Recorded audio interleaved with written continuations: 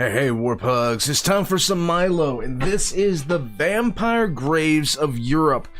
Guys, it's been a bit since I've seen anything from Milo. I would really like to talk to him about some of the things that he knows, particularly about the Younger Dryas period, get his input on those to kind of clear up my own knowledge base a little bit.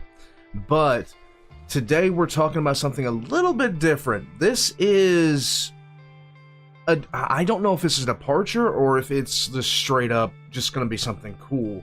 When he talked about the Green Sahara, it was a completely mind-opening experience for how the Sahara was just not even 10,000 years ago, and the way that the world looked. So this is going to be starkly more localized. Guys, there are no vampires. Just in case you were hopeful, you know, I haven't seen a vampire and, ever.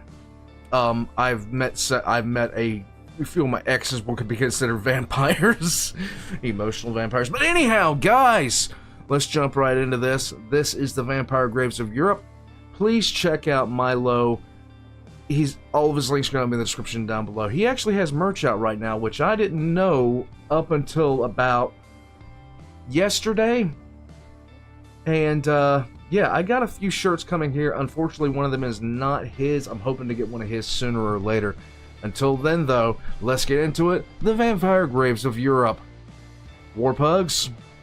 Some things are gonna suck, but this isn't one of them. Let's go. This video will be covering topics that some viewers may find disturbing. While all of it will be in an educational format, it will contain images of burials as well as discussions of death and violence. Hooray. Viewer discretion is advised. Hi, Vampires. You know them, you love them, you have a weird obsession with them, and according to the Smashing Pumpkins, the world is one of them. Yes. The world is a vampire. These fictional, blood-sucking creatures have captivated the minds, hearts, and fantasies of many in the modern age. They've inspired television shows like What We Do in the Shadows and Buffy the Vampire Slayer. They've inspired books like Salem's Lot and Twilight. They've inspired movies like Salem's Lot and Twilight. Yeah. And what's that other one? Interview with a Vampire. Yes. I haven't seen it, but I hear it's good, apparently. And even music that I will reluctantly admit I listened to much too recently. I'm not a vampire, but I feel like one. But for this video, we're going to be going back to a time when vampires weren't heroes, heartthrobs, or cartoon villains, but instead were viewed as a legitimate threat of supernatural origin. Hooray. A time when paranoia and superstition around the occult resulted in innocent people being treated with the accountability and brutality reserved for demonic entities. Yeah. Howdy, friends. My name... It's amazing how we used to view certain things that happened to people. Epilepsy was considered a possession. Simply because we didn't know what the world was going on. Thank goodness we are a little bit more smarter now than we were back then. Because I'd hate to tell people my dog is possessed by the devil. Even though my dog is possessed by the devil. My name is Milo Rossi, and today Hi, we're going to Milo. be exploring these superstitions and the grim archaeological evidence that sheds light on those whose lives and afterlives were marred with the brutal superstition of the vampire. I already said brutal, didn't I? Yes. I don't know. We'll leave it. It's okay. What's the worst that can happen? It sounds like shit? Fine. Title card. Boom! Vampires. Do we really have the Terminator theme going in the background? Uh-oh. You guys see that? Hotspot's starting to creep in here. The sunset's coming. Oh. Guys, it's happening. It is 45 degrees in the studio right now. Last video, it was 65 degrees. At this rate, 3 videos from now, I'll be dead. The day after tomorrow is today. YouTuber and archaeologist Milo Rossi found dead, frozen in his own home. How this is even possible, we have absolutely no idea. So the reason I was inspired to make this video today is because of a video that I made a very long time ago when I first started out on TikTok. It's some of my good old-fashioned debunking content. Yay! And dates back to a terrible time in my life. A time known as October of 2021. Whoa, is it actually? Hold on, what's today? Whoa, I may have actually recorded this like almost exactly 3 years ago. That's crazy. Anyway, Spooky. let's give it a watch. Vampires used to roam the earth, and you can't convince me otherwise. Yes, I can. Watch this. These are burial cages from the medieval times, and they were to prevent the undead from escaping from their graves. They That's because people were psychos. aren't, and no, they weren't. They are called mort safes, and they were invented in the 1800s in England. It was common practice for medical students to learn anatomy on real human subjects. Of course, the best place you could go to find an abundance of these subjects is a graveyard. The Yeah. living didn't want to see their deceased family members exhumed and put under the scalpel by a bunch of hungover frat guys. They started to do this. They would lock the bodies into the ground. Wow. Classic. Bruh. If the medical students are that unhinged, there is an issue. My hair was a lot better back then. What was I doing with it? God damn, look at that. That's Milo, brace for impact, my guy. You're getting older. I used to have hair like yours.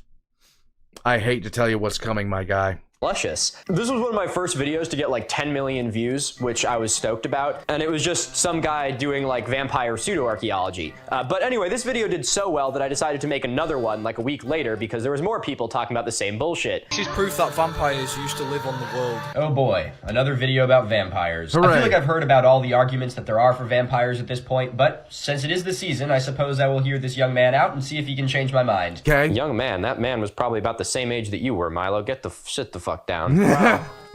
Look, I don't want to hear a goddamn thing about it, okay? This was, I was in like a manic episode, all right? Now, the thing that he talked about in this video is the Vampire of Venice, a human skeleton found with a brick lodged in its mouth, Probably because somebody was pissed at him. which is vicious and horrifying and was likely part of the superstition of people thinking that she was a vampire. Does this mean she was actually a vampire? No. No. But what I think is really interesting about these discoveries is that even though these people weren't vampires, the superstition still meant that they were treated as if they were. And as I looked into this phenomenon a little bit more, I found that this discovery was just the tip of a horrifying iceberg. That despite vampires not actually being real, the mere superstition of them means that we have archaeological evidence of people who were accused of being vampires. Right. So I think in honor of these videos, from right as I was about to transition onto YouTube, today we're going to be taking a deep dive into the horrifying world of vampire burials. But I Let's think in go. light of today's topic, we're gonna need a little bit of a mood change. Okay. First, as an homage to my amazing fashion sense from 3 years ago, we're gonna need a little bit of a costume change. Sweet. And second,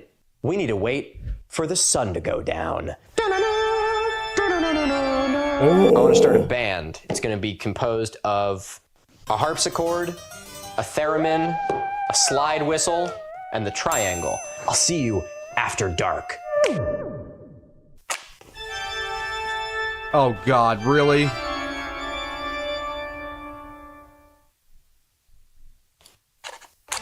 There you Jesus. go. There. Yep. One more. Get a lighter, my guy. Get a lighter. That's easier. How the fuck? All right.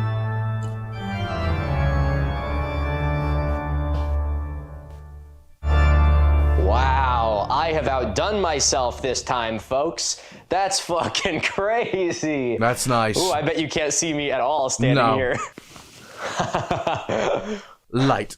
Welcome to my video. Okay, only one last thing to do and we can get this bad boy going. Do it. I think that the only appropriate drink to have with a video like this is a bottle of wine. Well, Milo, why are you drinking, who are you drinking the wine tonight for? 'Cause the boys.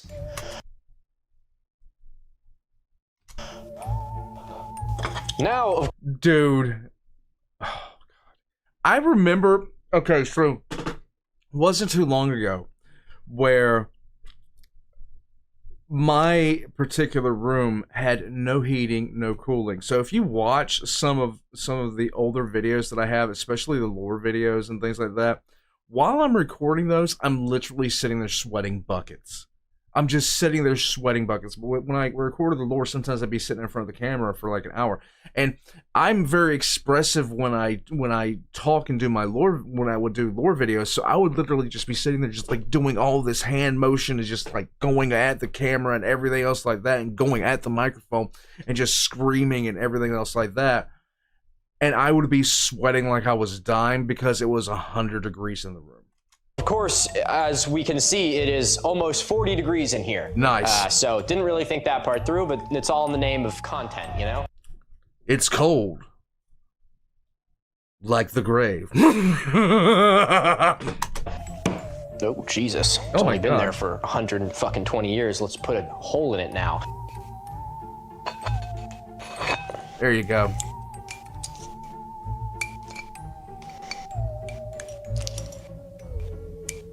There better be sick, like, organ music playing this entire time. There's not. Which way is it again? Okay.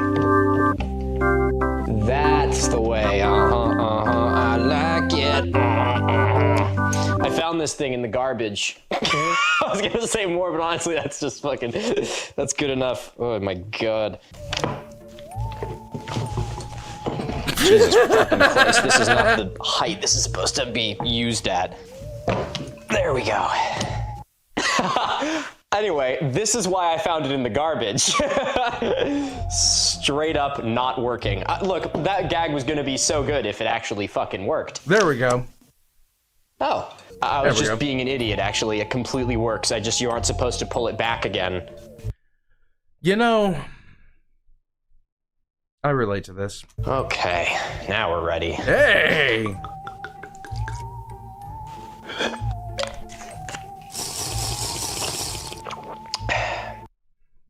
The pumpkin sippy cup. We have reached peak. We're good now. Okay, let's start the video. Do Let's it. get vamping. We suck in tonight, boys.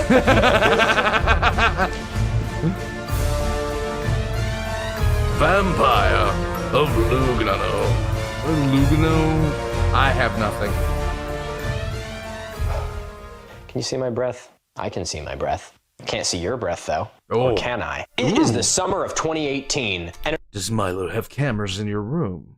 Answers at 6 o'clock.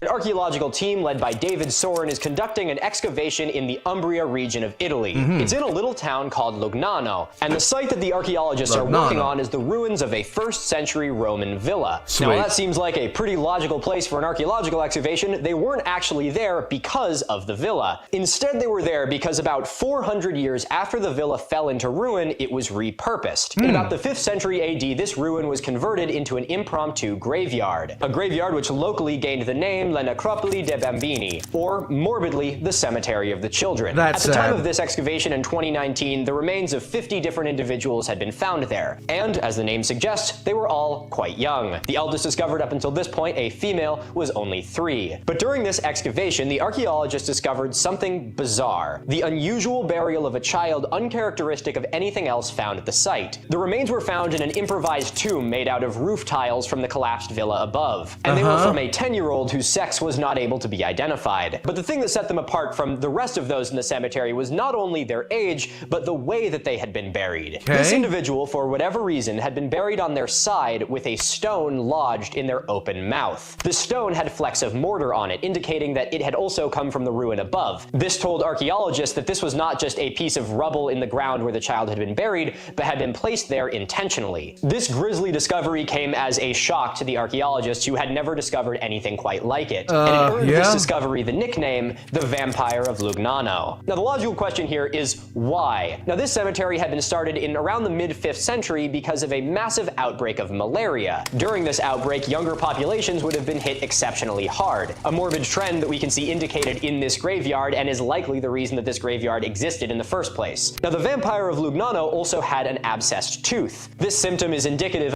Oh, I had one of those. Oh! Of someone who died from malaria. That candle just melted straight through and just burned out inside. That's a little creepy. Spooky. There we go. Now, at the time, the good people of the 5th century probably did not have a great idea on what malaria was, how it worked, or the processes by which to avoid it, which likely resulted in an immense amount of superstition. Probably is not, I wouldn't even say it's a bad word for it. People had weird thoughts about medical procedures back then. Like, makes you very, very thankful for modern medicine, I'll just say that. No longer, if you sneeze, do you have little demons in you. One of the primary reasons for why this individual was buried on their side with a stone in their mouth is based on the superstitious belief that they could rise from the dead and infect others, and that these burial precautions would prevent that from happening. Okay. Now, why this child was treated in this way while other ones in the cemetery weren't is currently unknown. Little Timmy was an asshole, that's why. Perhaps there were some other extenuating circumstances around their death that would have warranted them being buried in this way. As we will see later, accusations of vampirism are something that go far beyond just the way that an individual died. As strange and disturbing as this burial is, it is far from the level of grisly creativity that would come to arise in later vampire burials. Yeah. In fact, the vampire of Lugnano, buried in the 5th century, actually predates the idea of a vampire, or at least a vampire as we know it. While the vampire superstition wouldn't arise until about 800 years later, these haunting burials highlight a fear of something that long predates the vampire, something that our modern world has mostly forgotten, something referred to as a Oh, okay.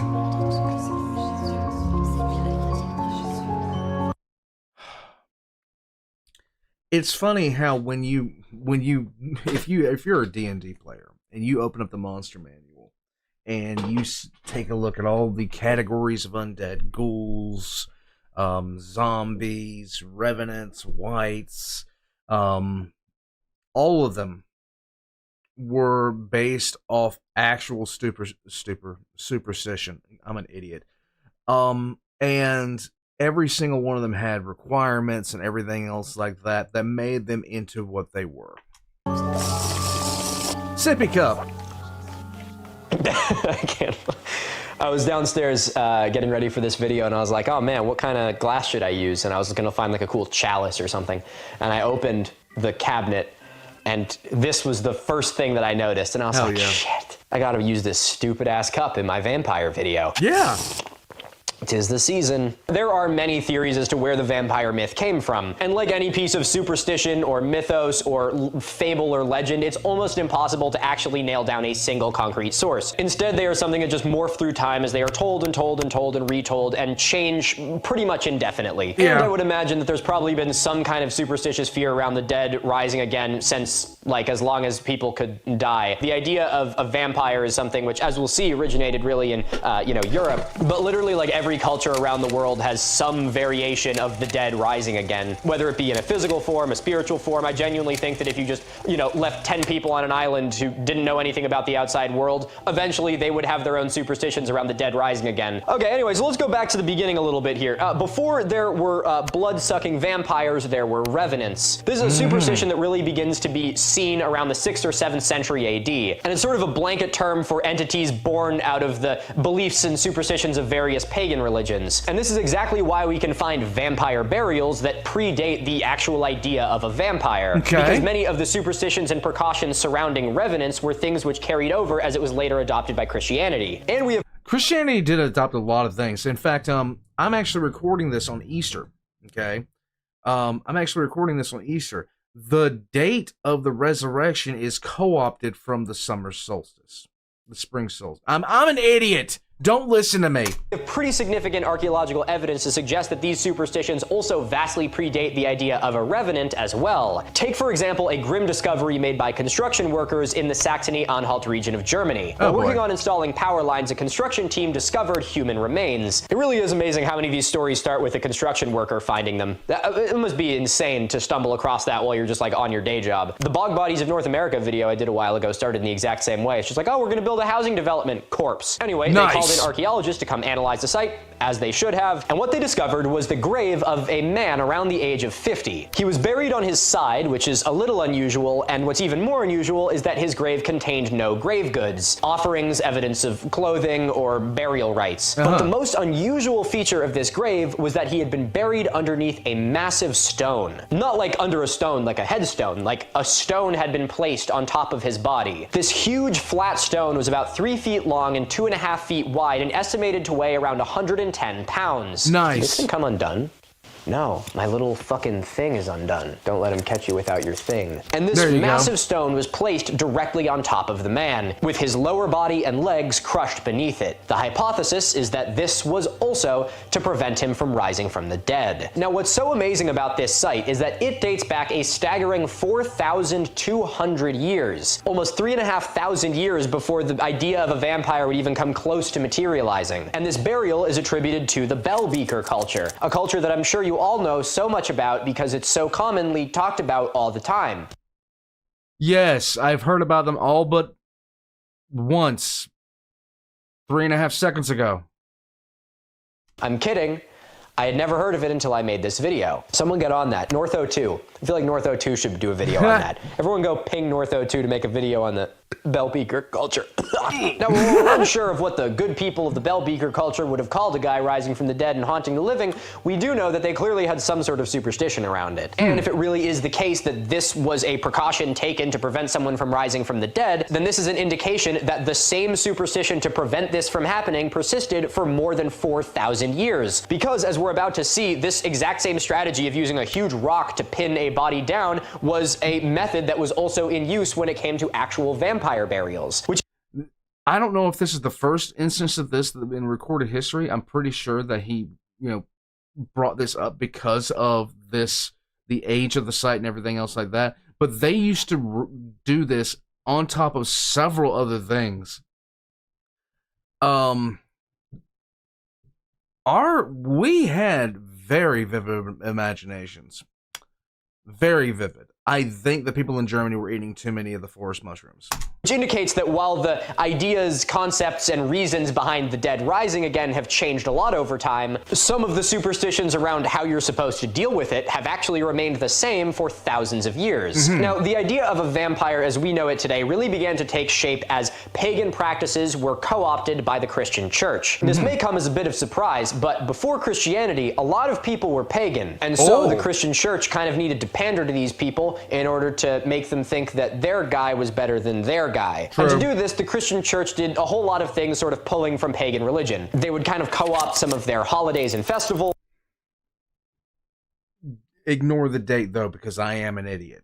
They would allow pagan people to still practice some of their beliefs as long as the Christian ones were done alongside it. They would, kill all of them. Little things like that that really make you interested in Jesus and stuff. You know what? I'm sorry. Yeah, don't worry about it. We're just out there destroying the Druidic faith by massacring all the druids, but don't worry about it. Sorry, guys. Actually, there's no paganism in Christianity. That's just heathen stuff. Yeah. It's a complete coincidence that St. John's Day is on the summer solstice, or that Michaelmas is right around the fall equinox, or that Jesus just so happened to be born like right near the winter solstice, or that his resurrection is celebrated around the moon cycles of the spring equinox. So anyway, sort of co-op. Spring equinox.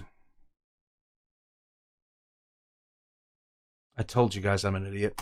Pagan beliefs, it made Christianity a little bit more palatable to the masses. And by around the 10th century AD, it was the Roman Catholic Church that had co-opted, among other things, the pagan idea of a vampire. What I find to be also very interesting about this is it sort of illustrates how, while beliefs and dogmas have changed through time, every single idea that we have today is pulling things from much older versions. The idea of a vampire may be sort of new, but we've sort of been handling it in a traditional way that has been handed down for literally thousands of years. Christianity, a fairly new religion, but it pulls from things that have been handed down for literal thousands of years. This isn't a theology lesson, but I do think it's something that is kind of interesting. It's actually the story, I seriously think they need to take a look at some of the older myths to see if there's anything historical that does tie into them. And just have those kinds of stories researched a little bit to try to find out what the actual origins of those stories are. Because there had to be a reason, like tying back into this, what he's talking about, there had to be a reason why they were doing what they were doing. There had to be a specific reason, something that would make them think that people could rise from the dead. And maybe it was any list of, going back to the epilepsy thing I was talking about earlier, they had no way of understanding what epilepsy was, so they see somebody have an epileptic fit and assume they were possessed by the devil. What exactly led them to think that these things were the case is the biggest question I have. And what led to all of it? Maybe there's some questions I don't want to know the answer to, and things are better left mystery. Or maybe I'm just a moron. It's probably that.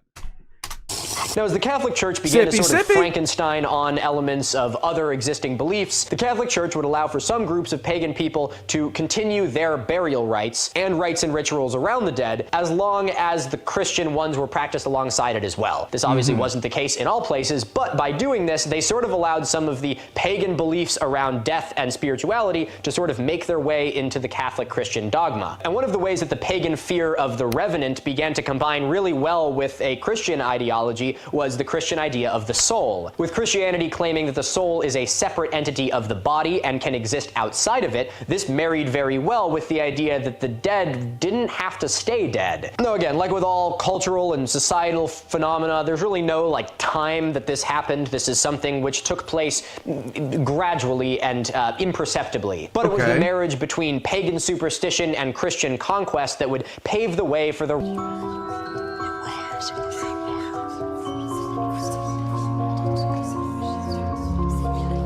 I love the whispers in the background. That just makes things cherry. Entering into the Middle Ages is when the idea of a vampire really kind of started to take shape. And as time went on, the fear of the legitimate threat that these creatures posed to the living began to rise to a simmer. Now, in the beginning, these weren't blood-sucking creatures. Initially, it was believed that a vampire could kill you simply by looking at you. But that had to be nerfed because it was absolutely broken. Bad day to be a vampire, though. That would really suck, you know?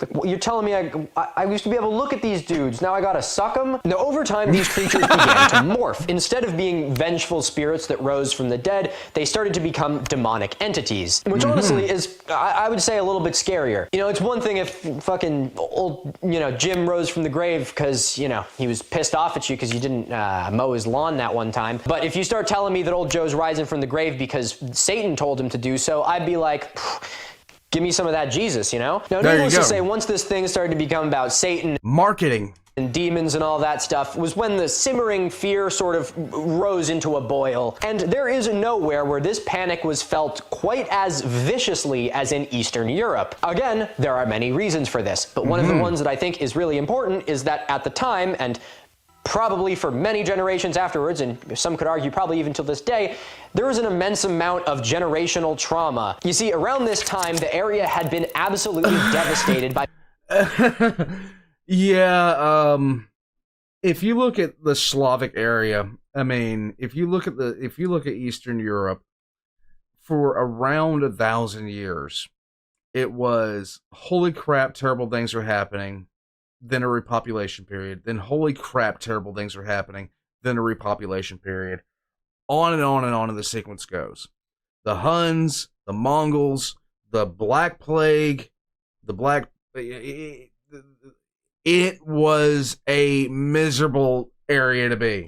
By multiple wars, especially in Poland. The trauma of loss and destruction brought on by a vicious war is something that would have permeated really deep into sort of the psyche of the people at the time. And so it's not all that surprising that a place devastated by war was particularly susceptible to superstition and the fan flames of religious panic. Priests working for the church just exacerbated this situation by pointing the finger at witchcraft and demons. This, of course, went on to ignite the Christian fears of demonology and the pagan superstitions that lay just below the surface, which is why it is here in Eastern Europe that the fear of vampires exploded into something much more similar to Now, this isn't exactly something that's new. Even, like, this became a big thing in Ireland because of the belief in the supernatural in Ireland. In fact, I watched this one special, and I'm not sure if it was something I saw on YouTube or a TV special where they were talking about how there was a case involving a husband basically capturing his wife and holding her prisoner because he believed that she had been replaced by a changeling. and it caused massive problems for Ireland.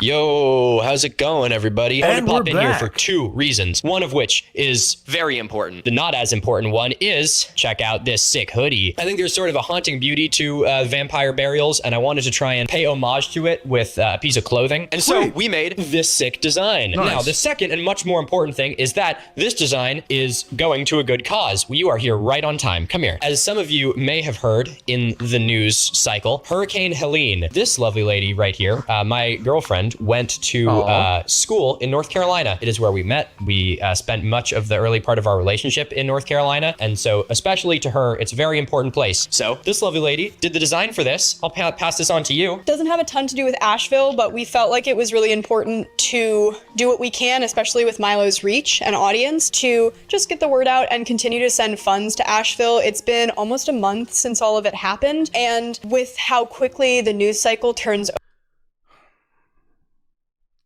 Asheville's an important place for me.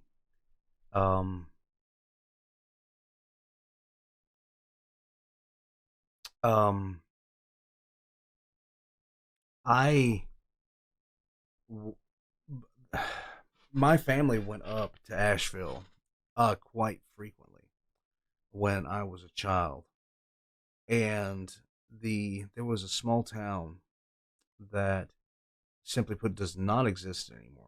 It's gone. It's completely washed away. It's like it didn't exist. And the last vacation me and my wife went to was in Asheville. I haven't been on a vacation since then. It is what it is, guys. over. It's really easy to hear about the hurricane, be devastated for the first couple weeks, and then move on with your life. But a lot of the people in my community who I love are still dealing with the aftermath of Hurricane Helene. My teacher, who is like family to me, doesn't have a way to shower in clean water right now. It's still brown coming out of their tap. So it's really important that we continue to do work within that community and other communities near Asheville that don't have as much of a draw, that have been pretty much wiped off the map. We are going to be donating half of all the proceeds of this hoodie to Beloved Asheville, which is a charity that has been working in Western North Carolina and Asheville long before Hurricane Helene. So we can guarantee that the funds that are raised for it are going to continue going to support the long-running restoration effort in Asheville. They are a nonprofit that does community organizing on a large scale. They have food banks that they leave throughout the town, and they also just are widely trusted by Asheville as a community. So if you can donate to them, that would be amazing. I have also linked a link to Beloved Asheville's direct donation page in the description of this video. We will be making a donation. I encourage any of you that can make a donation, as much as it would be great to have, more purchases of the hoodie, and all donations will go through that. I really encourage you that if you do have the money to spend, skip the hoodie and just go straight to donating. And I want to thank you all again for If I had seen this earlier, I would say get the hoodie and do a donation too, because I would have gotten this. Well, I would have hopefully would have been on a T-shirt, because me and hoodies do not mix. It's like trying to throw a blobfish into a paper sack. It just doesn't work. Okay, it really doesn't work. I'm just saying. Maybe hoodies are gonna work for me now that I'm getting thinner. Anyhow.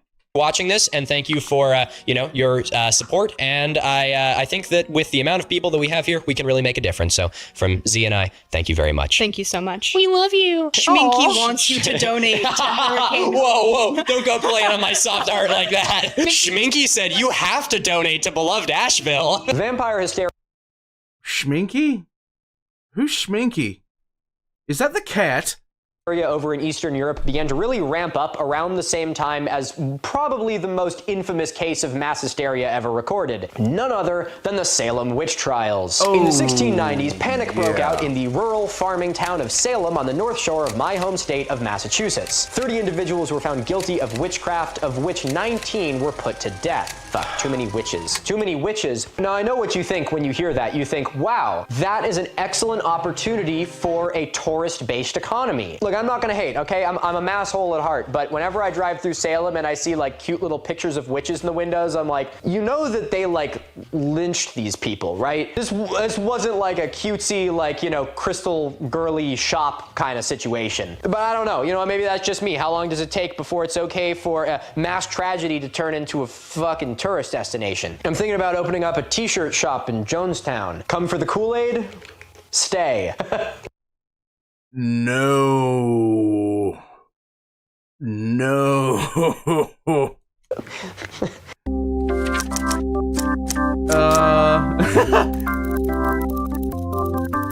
Oh, okay. Yeah, he didn't use the Kool-Aid, he used the Flavor Aid because, you know, when you're dying, you might as well cheap out on it. I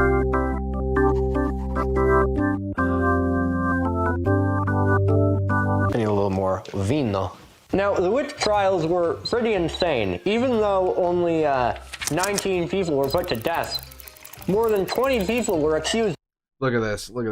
Bridget Bishop, Sarah Good, Rebecca Nurse, Elizabeth Howe, Susanna Martin, Sarah Wilds, the Reverend George Burroughs, George Jacobs Sr., Martha Carrier, John Proctor, John Willard, Martha Corey, Mary Easty, Mary Parker, Alice Parker, Ann Prudator, Wilmot Reed, Margaret Scott, Samuel Wardwell Sr. And here's the nasty part about all of this. This is the ugly part. And I can't confirm this, this might be misinformation my own self, but a lot of it was because of land. The witchcraft. That's a lot of people. Wait, did I say 20? Did I say 20? I meant 200. If I didn't say 200, I meant 200, not 20. Well, the root causes of the Salem witch trials are something which are undoubtedly going to be debated until eternity. What is clear is that this was not an isolated incident. Around this time, across the Anglo-Christian world, panic had broken out over the presence of demonic entities, and the fear of demons, Satan, and witchcraft were at a fevered pitch. Wait a minute. We gotta rewind it back a little bit. Does this have a face for an ass? It has two eyes and a mouth where its ass should be. I'm done for a minute. Yeah, Milo, you keep up with your wine drinking out of fancy, schmancy, pumpkin sippy cups, and I'll just make my little orange drink over here. Made out of blood oranges, because we're talking about vampires. And I will drink it out of my own very esteemed, unbelievably beautiful, amazing, and incredible. I can't keep throwing away adjectives. My own,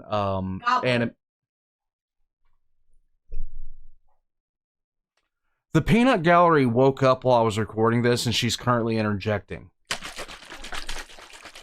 So the joke that I had planned for this just got ruined. Thanks, Sweetums. You're welcome, my love. Back to demons that talk out of their ass.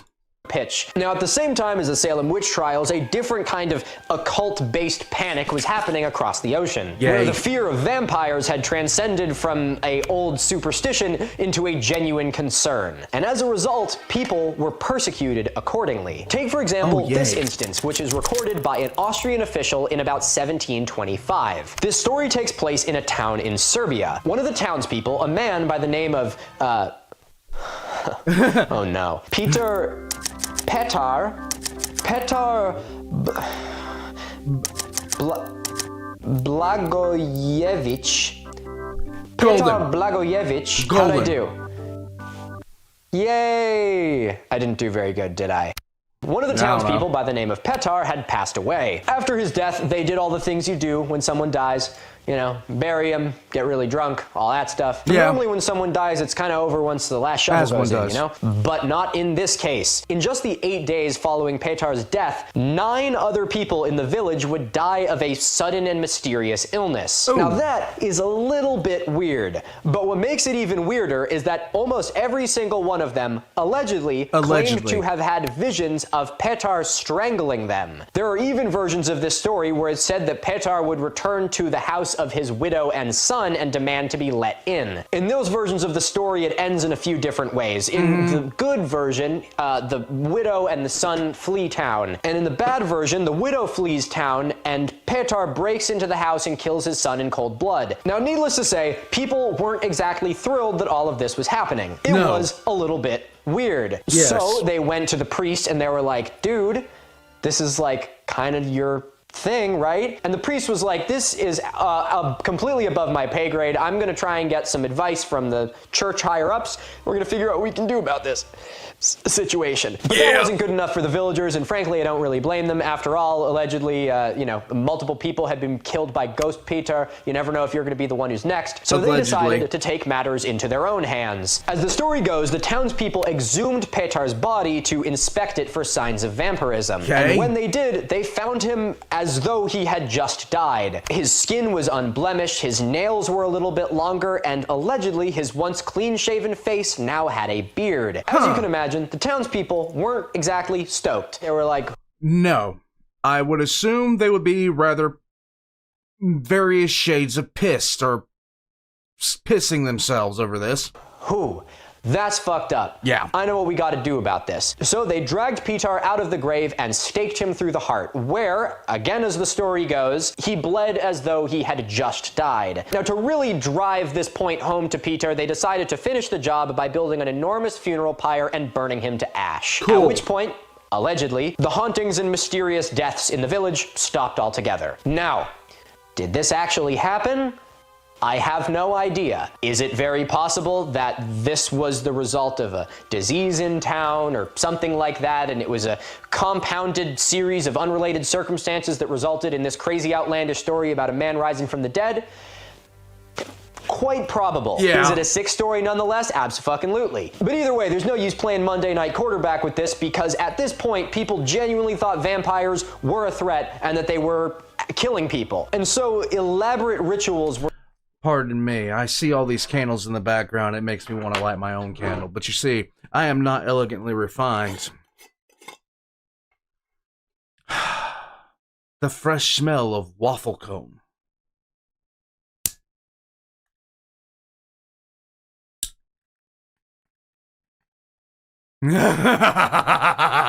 Okay, enough. Were concocted to keep the dead actually dead. Just like at the Salem witch trials, the things that drew accusations of vampirism varied immensely. But unlike at the Salem witch trials in Massachusetts, most of the people who were accused of vampirism were already dead, which I guess was good for them, because it was not good for the people in Salem. Because vampires are something that rose from the dead. Pressed to death is really bad. That's where they take a whole bunch of rocks and put them on you until you confess. And then they kill you anyway. It was normally the circumstances around a person's death that would draw accusations of vampirism. So real quick, I think it's important to go over the many bizarre reasons that people would be accused of being Oh, I see what he did there.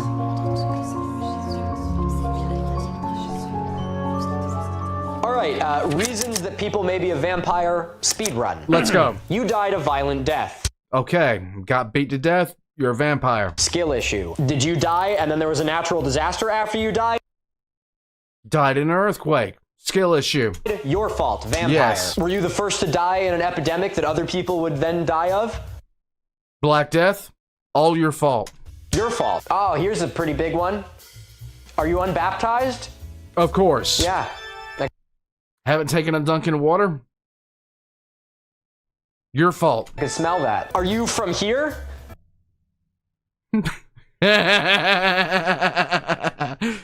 Babe, if we go, we're vampires. Where? If we die, we're vampires because we're not from around here. Oh. We're gonna turn into cryptids. Oh. No? Vampire. Were the Yeah. The rituals and ceremonies around your death not good enough for me? Or We can only find 5 pallbearers, not 6. Vampire! or our village, then probably a vampire. This one I'm not going to make a joke about because it's a little depressing, but dying at a sort of significant time in your life or in a sort of significant way. This could be something like dying during childbirth or around a marriage, drowning, murder, suicide, execution. Bad. I'm just like listing words that'll get me demonetized, aren't I? Yes. Did you do something that would get you demonetized on YouTube? Vampire. Sure, your death may have been followed by a natural disaster, which would mean you're a vampire, but were you also the first one to die in a natural disaster? Vampire. Do you look a little weird? Eastern Europe. Did anybody look weird in Eastern Europe? Shit! Vampire. And then, of course, the big ticket item, diseases. You know, they didn't know a lot about diseases, and so, vampire. Did you have, rabies, cholera, malaria, or a mental disorder like, I don't know, schizophrenia or something like that?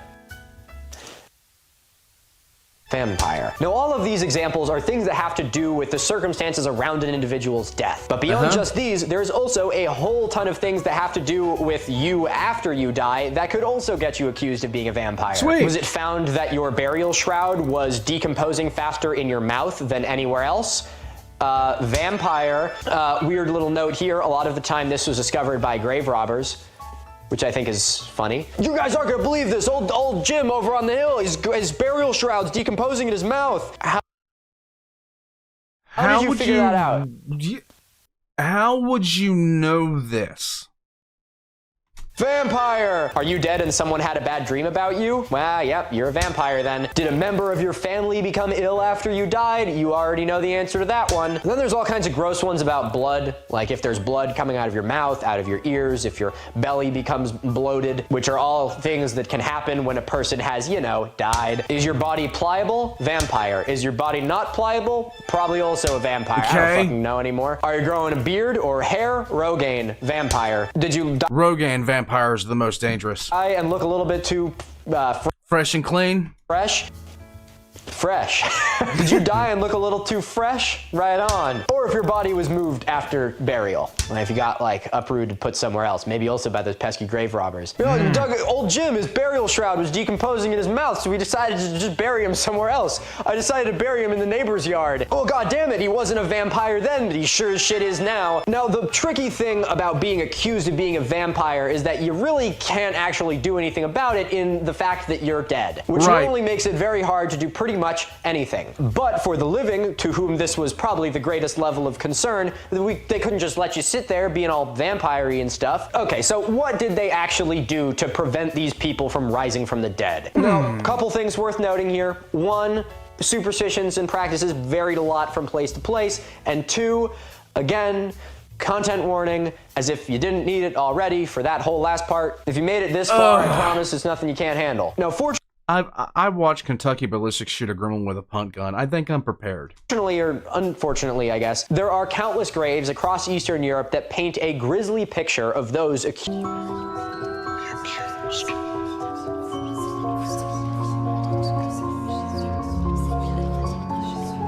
Oh man. It's getting colder in here. I think I need to put on a jacket. Okay. At least your wine is cold, my guy. Okay. Look, I was gonna put on like a cool, like black jacket because it would be cool. But it is just so goddamn cold in here that I don't think I have a choice but to put on this wool coat. I am now Boris, the Soviet vampire. Ah, yes. I found this jacket at a yard sale and it was like $10 and I was like, are you shitting me? Dude. $10 for a wool jacket, that's kind of cool. And I looked at it and it has little fucking tank on it. And then I looked inside it and I'm like, oh shit, this thing's old. And I'm like 90% sure this is like an actual like Soviet military jacket or something. I don't know enough about military history to pin it, but maybe someone in the comments. Maybe. Look, this is what you get. Have a look. Yeah, have a little look. There we go. Okay, someone can diagnose it from there. But either way, I am now Vlad. Vlad the Impala. Vlad the Tame Impala. What? Is that Tame Impala? I don't know. I don't listen to them. I'm not a fucking... It's amazing that Gary Oldman played Dracula at the same time he played Winston Churchill, at the same time he played, you know, all the... God, watch Gary Oldman movies. That's all I gotta say. Or me. Daddy should have never raised me on Black Sabbath. Let's go to Poland. Like I said earlier, there are a lot of vampire burials in Poland. Oh god, I have to pronounce names now. Sweet. For example, like at Drasko Pomorski. I feel like that's pretty good, but Drasko. Okay. I kind of doubt it. In this town, archaeologists discovered the remains of a cemetery. Okay. It dated to around the 17th or... Hold on a second. I have to go grab something real quick.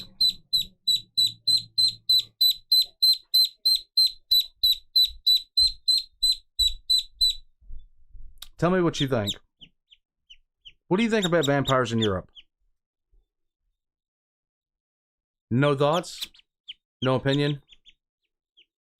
You should tell me what you think. Okay, fine. You just sit on my shirt.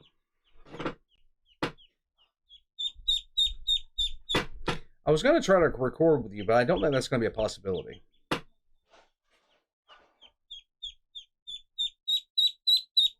Tell me what you really think.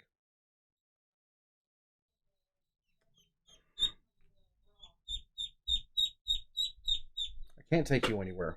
Back to it. 18th century and contains 6 individuals, and it's believed that all of them died of cholera. That being said, almost every single individual in this cemetery was found buried with the elaborate burial superstitions that are reserved for vampires. Sweet! In one grave were the remains of a man aged between 35 and 45. Him, just like the rest of the people found in the cemetery, were buried in a simple wooden box. And this individual had been buried on his back with a small sickle over his throat. This was another common burial superstition to prevent the rising of the vampire, as it was believed that if they tried to get up, they would decapitate themselves. I mean, I guess it's kind of smart. I feel like they probably could have just decapitated them, but... well, Yeah, let him do it to himself, I guess. I mean, maybe they were like, maybe not, but just in case he has one of those falling dreams when he first wakes up as a vampire, he'll take care of the problem for us. whatever. There was also the remains of a young woman between 16 and 19 years old, and she was found with a copper headband around her forehead, a copper coin near her mouth, and as if that wasn't enough, also a sickle over her neck. Some kind of restraint is something that will also be seen a lot at these burials. In this case, a copper headband intended to keep an individual pinned to the ground so they couldn't rise again. There was also the remains of a woman between 30 and 40 found with a sickle across her neck and a coin in her mouth. Coins are and kind of always have been part of various superstitions, in this case made to ward off evil spirits. It's also believed that things like coins and stones would be placed in the mouths of people accused of vampirism so that they would have something to bite down on, so that they couldn't rise from the dead and go on to bite you. I don't know if they thought that someone could just spit the coin out and then bite you, but I don't know.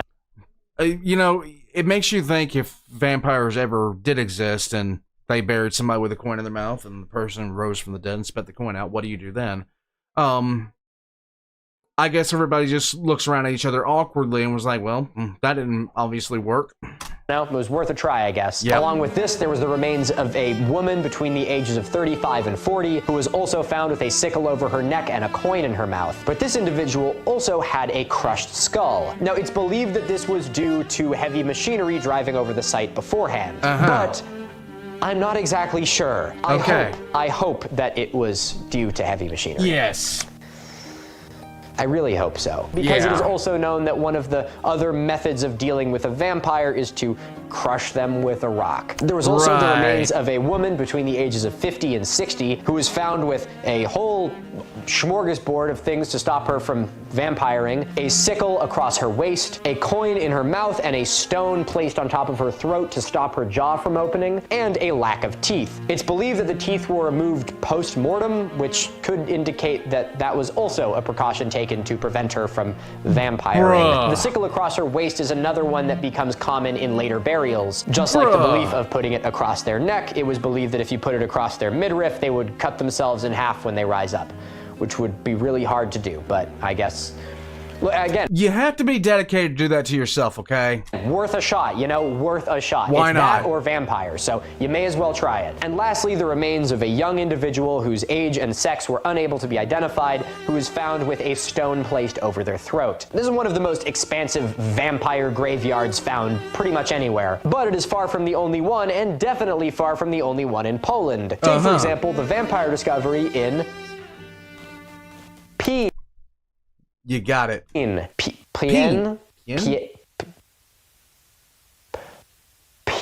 Isn't that the band that wrote Ocean Man?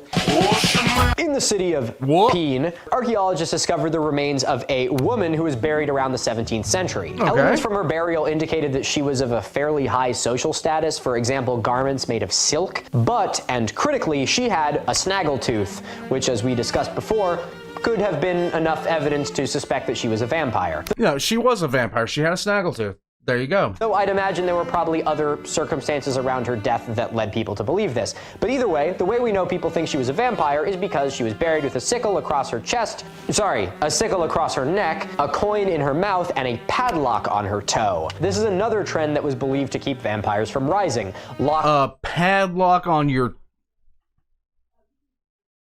Seems legit. Either on their toes or shackling their legs together. It is a little bit unusual that a woman of presumably high social status was treated in this way, but again, as is the case with many archaeological sites, we will never know exactly what the circumstances were around her death, which is so goddamn frustrating. Okay, last one from Poland. Why don't we have a look at the discovery from... Go for it. Helm? No, I'm going American.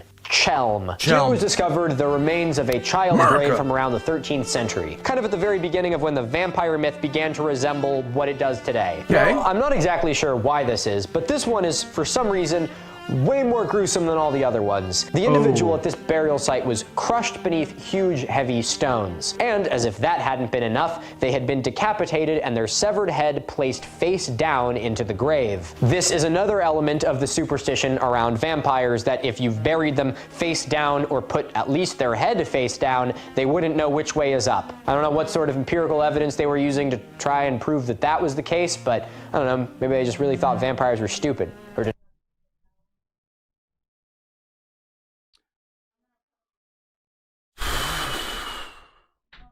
Bruh. and have an internal compass. Guys, whoa, let's step away from Poland here for a second. This is getting out of control. Let's have a quick look at the mother country, fucking Italy. Okay, we've already talked about the vampire of Lugnano, the 5th century remains of a child found in the child cemetery. But that is not the only vampire burial found in the mother country. There's also the vampire of Venice, found in the Lazzaretto Nuovo, which I actually touched on at the very beginning of this video. It was the one that that British guy was talking about in that TikTok. This is proof that vampires used to live in, what did he say? On the world. Was it on the world or in the world? It was something that didn't make any fucking sense. Tell me your little funny jokes, little man. Do it. Proof that vampires used to live on the world. Hey, it's proof on that the world. I hate whenever I see any kind of paranormal, like short or anything, it has the same 3 tracks. It's like, and like just something stupid. Vampires used to live on the world. I'm not gonna lie, guys. On the world. I'm looking at my outfit that I had then. I got hotter. Found Lazzaretto Nuovo in Venice. Lazzaretto Nuovo. I tried to pronounce it then too. I probably fucked it up as much now as I did then. Anyway, this woman was found buried in a mass plague grave. This aligns with what we were talking about earlier, that people could be accused of vampirism if they died in a plague, if they were the first one to catch it, or something like that. Okay, we're gonna shift our perspective a little bit. Let's have a last little look at Bulgaria. First, let's have a look at the vampire of Perpericon. Perpericon. You got The discovery was made of the remains of a 40-year-old man dating back to about the 13th century. His remains were found staked through the heart with an iron rod. Probably the most classic of vampire hunting techniques. This is similar to another discovery made in Sozopol, Bulgaria, where the remains of 2 men dating to the medieval period were also found staked through the heart. And lastly, in debelt. The belt.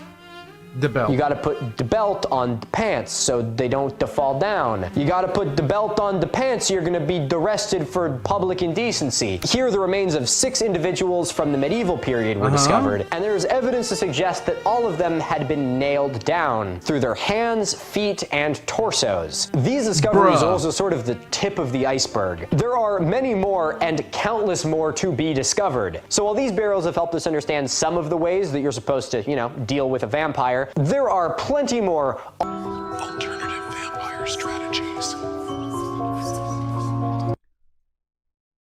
Stake through the heart too mundane for you? Sickle across the neck? It's too common? Don't worry, Uncle Jimbo has you.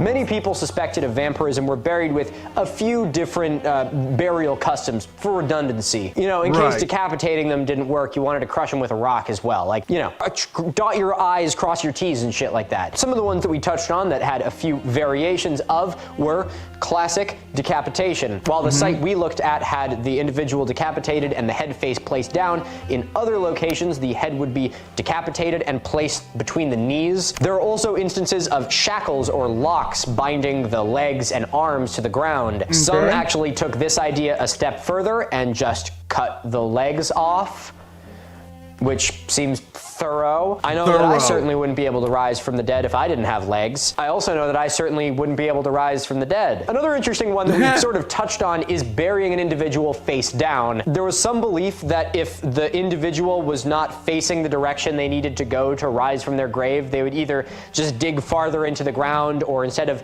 biting a person, they just bite the dirt. Again, I'm honestly, if I were a vampire, I'd be a little offended because it kind of seems like a lot of people just thought they were really stupid. Yeah, you're slow rolling at that point if you can't figure out how to get out of the ground. I mean, I'm just saying, you're slow rolling. If I was an undead entity, do you really think I'd fall for the old sickle over the neck trick? There are also undoubtedly countless vampires that we don't know about because they were cremated. Probably the ultimate move in preventing something from rising from the living is to just make it literally not even exist anymore. And in a weird twist of irony, this was actually probably a decent way of dealing with things like the plague, which people did attribute to vampirism at one. People screwed up. There were very few instances where they got anything even remotely right with the plague. Anything remotely correct with the plague. There were so many instances where, I think at one point there was this, the plague was carried by rats. But they also were sitting there at one point blaming cats for the whole ordeal. So they just made the whole situation worse. There's a couple of series on the actual progression of the plague and everything like that. And you can see just there were some cities like Vienna went draconian, and Vienna actually got out of it a little better off, not much, but a little better off. But my God, some of the things that happened. One point. But I guess bodies are incapable of actually spreading the plague once they have been turned to dust. We've also seen multiple examples of stakes being driven through the body. The classic and most infamous one of these is a stake driven through the heart, but sometimes these were also done in order to pin the individual to the ground. And the last and very bizarre one of these is sewing needles through the belly button, which makes me a little bit uncomfortable even saying those words out loud. But look at you, you're not uncomfortable by that. You're cool and different. Yeah, I don't know. No, I'm a nerd. I'm okay with that. Kind of like gore. I think gore is kind of cool, you know? No. All of these superstitions seem kind of ridiculous by our modern standards. It's easy for us to sit here with the perspective that we have and look back in time at these people and be like, what a bunch of idiots. But I want to remind you that these acts were committed by people exactly like you and I. These were not some different species. These were not some backwards twisted barbarians. These were people who were just brought up at a different time. It's easy for us to pedestal. And if you really think that we're this far different from them, if you really, really think that we are this far removed from them, I just want to remind everybody, about 100 years ago, in 1925, we were just now getting into cars. we were just now really starting to get into motorized vehicles, streets, and things of that nature. We were largely different than we are now. 50 years before then, the horse was the means of travel. I mean, I don't know what else to tell you guys about this kind of stuff. I really don't.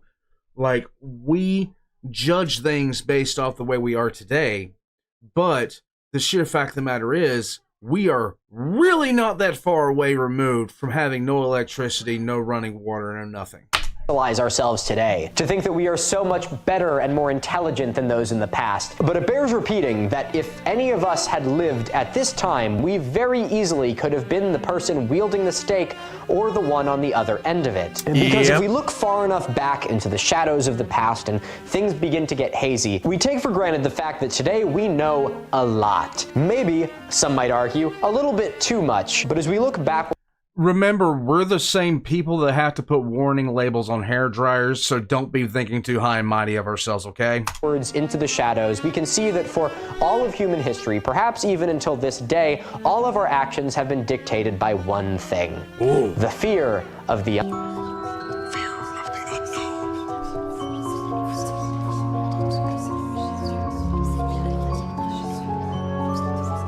Today, people are not accused of being vampires. We can sit in our living room couches or on our bus ride home from school and look at memes about them, New York City, and TV shows about them, or read a book about them. They can be funny, they can be a little bit scary, they can be sexy, they can be super gay, but if there's one thing that they aren't, it's real. Now, you could easily say that at the time these burials happened, vampires weren't real then either. But they may as well have been, because they dictated the way that people actually lived their lives. The actions that people took at this time were done with the understanding that vampires were a very real threat. So even if vampires didn't really exist then, does it really matter if people acted as though they did? So what changed? As time went on, many of the superstitions that would make people accuse others of vampirism began to be more understood. Things like germ theory were discovered, unlocking the wonderful and horrifying world of biological diseases. Once we knew what germs and bacteria and plagues were, we did not need to pin things on vampires and the dead. Along with this, science made great strides in understanding death, what happens to a body post-mortem, and that many of the unusual phenomena once attributed to vampires are just a natural part of the decomposition process. In fields like natural science, disasters were understood more. Droughts, tornadoes, floods, and hurricanes all began to be understood as natural phenomena not attributed to the supernatural. And so yet again, the use for vampires faded into obscurity. By the 1800s, the scientific revolution had really found its stride, and with it, it drove the final proverbial stake through the heart of the vampire myth. With so much of a I see what he did there.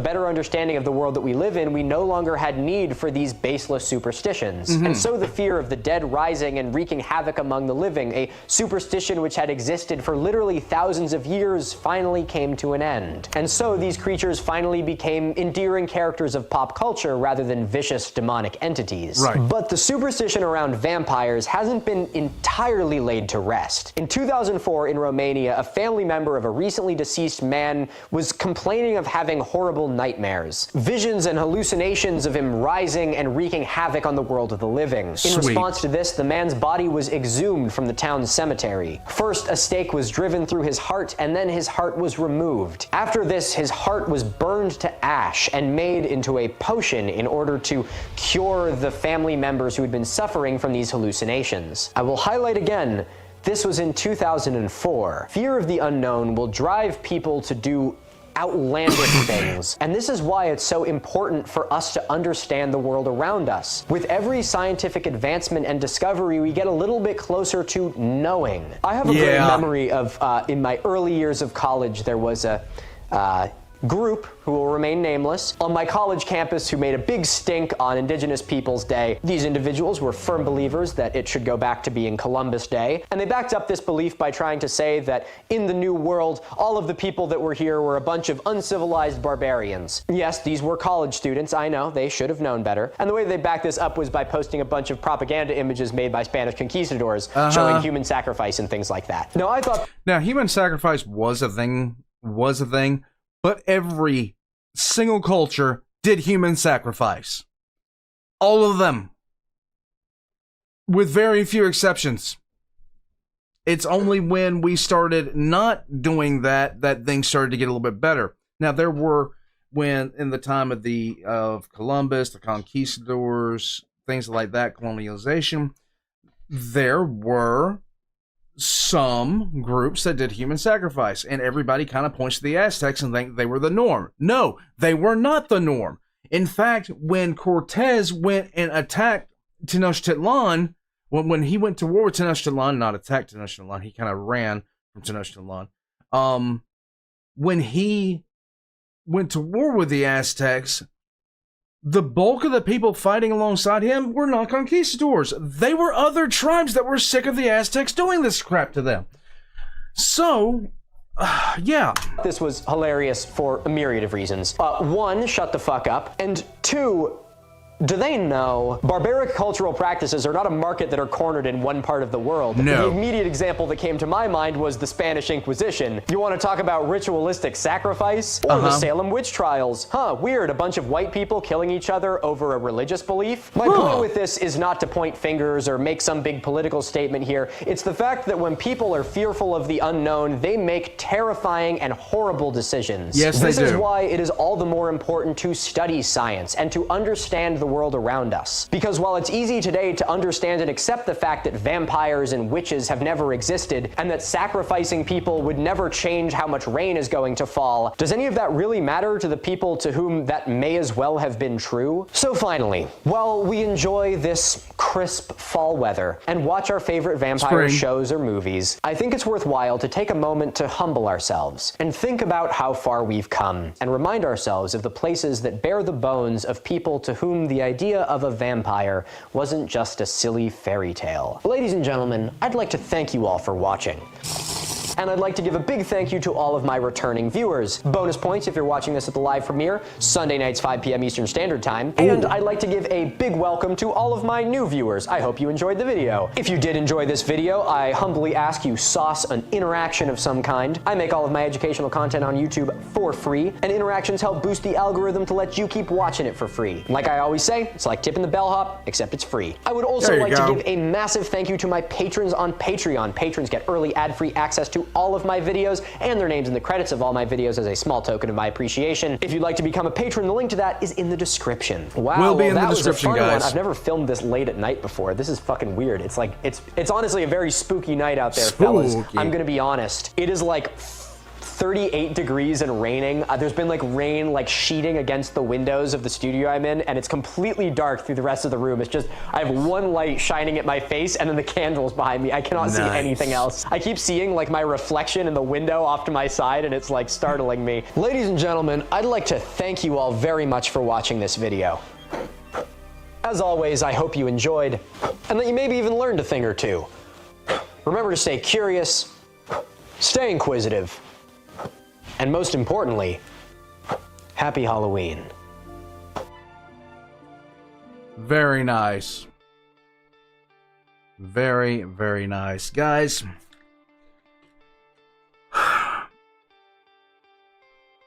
we often look at the reasons why certain things are done and why we believe the things that we do. These have been a continuous string of additions and subtractions to the way that we act, the way that we believe, everything like that. And this just, it's really just a statement on how we have evolved as society. It really is just a statement on how we evolved as society.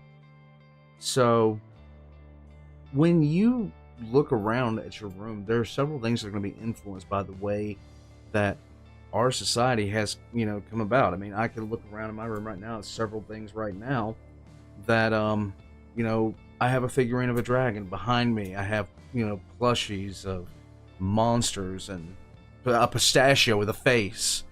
Sisters of Battle. Anime girls. Count Dracula looking dude back there, that's Conrad Curse. All of these things